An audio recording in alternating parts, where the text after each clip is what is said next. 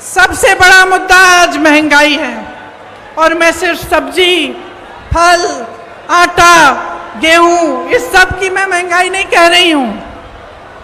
ये तो है ही, जब टमाटर 150 रुपए में आप खरीद नहीं सकते तो ये तो है ही। लेकिन इस महंगाई से किस तरह आपकी कमर तोड़ी जा रही है उसकी बात कर रही हूं। मैं वो बात कर रही हूं कि जब घर में इतनी बारिश हो रही है, आजकल छत से कुछ पानी गिर रहा है, आपको मरम्मत करवानी है, वो मरम्मत महंगी हो गई है। आपको किसी के घर जाना है, कुछ ले जाना है उनके लिए, वो खरीदना मुश्किल हो गया है। आपके बच्चों की फीस भरना मुश्किल हो गया है। इतनी बारिश में जो बच्चे स्कूल पाठशाला तक जा रहे हैं उनके लिए छाता खरीदना मुश्किल हो गया है। आपके पूरे जीवन पर एक बहुत बड़ा बोझ बन गई है ये महंगाई। तो ये सिर्फ टमाटर के भाव की बात नहीं है, ये बात आपके जीवन की है कि किस तरह आप गुजारा कर पा रहे हैं। मैं समझ नहीं पा रही हूं। मेरी बहनें यहाँ बैठी हैं, सबसे बड़ा बोझ इन पर है। समाज का बोझ, महंगाई का बोझ मेरी बहनें उठाती हैं सबसे ज्यादा। आज रसोई के लिए सामान खरीदना है, तेल खरीदनी है, वो भी नहीं मिलती। गैस का सिलेंडर मिलता तो था, उसमें गैस भरना ही मुश्किल हो गया है। आज आपको खरीदने जाना है तो 1000 रुपए से कम नहीं मिल रहा। बच्चों की परवरिश कैसे होगी? सुबह उठ के आप अगले दिन का सामना कैसे करते हैं? कोई बीमार पड़ जाता है तो घबराहट उनकी भी होती है और इस बात की भी होती है कि मैं दवाई कहाँ से खरीद के लाऊं। घर पे बीमार पड़ा है लेकिन दुकान जाकर इतनी महंगाई है कि दवाई ही नहीं मिलेगी, मैं क्या करूं? आज ये है आपकी परिस्थितियां। तो इस बीच मुझे उचित नहीं लगता कि यहां आकर मैं फिजूल की बातें करूं, मैं दूसरों की बार बार आलोचना करती रहूं। मुझे ये उचित लगता है कि हर चुनाव में, हर प्रदेश में, हर गांव में, हर मोहल्ले में जब कोई नेता जाता है तो उसे जनता के मुद्दों पर बात करना पड़ेगा। उसको बताना पड़ेगा कि ये महंगाई क्यों है, कि महंगाई के साथ साथ इतनी बेरोजगारी क्यों है,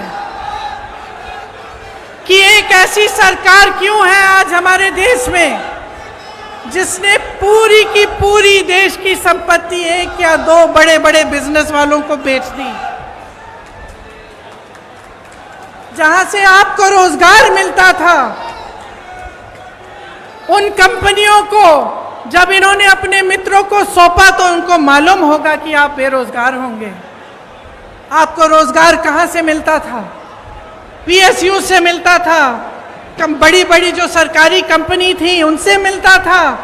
आपको रोजगार खेती की कमाई से मिलता था, आपको रोजगार सेना से मिलता था, आपको रोजगार छोटे छोटे व्यापार से मिलता था।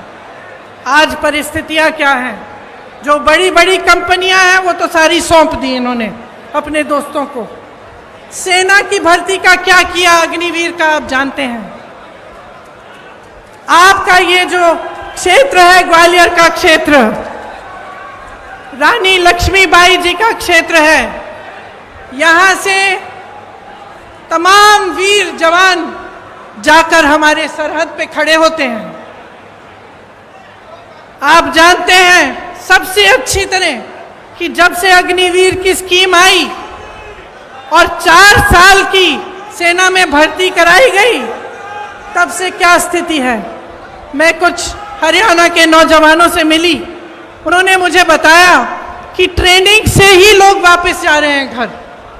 तो कहते हैं कि हम इतनी ट्रेनिंग, इतनी कड़ी ट्रेनिंग कर किस लिए रहे हैं?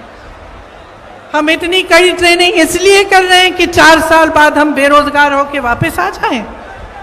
और जब घर आएंगे तो सरकार ने ये परिस्थितियां बना दी हैं कि घर पे भी किसानी से चाहे जितनी भी मेहनत कर लो, इतनी महंगाई है, इतनी मुश्किलें हैं कि किसानी से भी नहीं कमा पाएंगे। तो घर आकर क्या करेंगे? वहां भर्ती के लिए तमाम नौजवान पढ़ाई करते हैं, माँ बाप मेहनत की कमाई से उनके लिए पैसे इकट्ठे करते हैं, कोई 10,000 के ट्यूशन, कोई 20,000 के ट्यूशन करता है, और फिर देखिए पटवारी के इम्तिहान में किस तरह से घोटाला हो गया।